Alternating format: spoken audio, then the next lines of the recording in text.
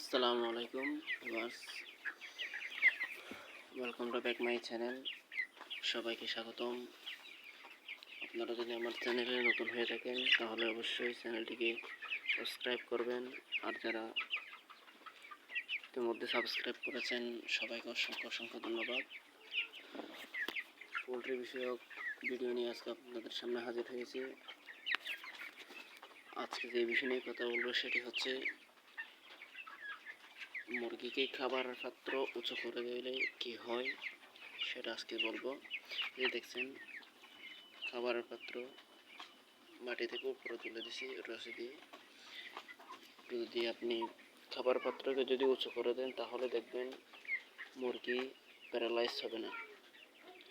কোনো মুরগি যদি বসে বসে খাবার খায়, যেমন দেখুন এই যে পাত্রটা মাটির সাথে ফ্লোরের সাথে লাগানো আছে, তো মুরগি অবশ্যই যেগুলো অলস সেগুলো বসে বসে খাবার খেতে চাইবে। বসে বসে খাবার খেতে খেতে একসময় এই মুরগিগুলো প্যারালাইসিস হয়ে যায় আর হাঁটতে পারে না। এই সমস্যাকে প্রতিরোধ করার জন্য অবশ্যই আপনারা এই খাবার পাত্রগুলোকে উপরে তুলে দেবেন, আর পানির পাত্রও উপরে তুলে দেবেন, নিচে রাখবেন না অবশ্যই। আর নিয়ম হচ্ছে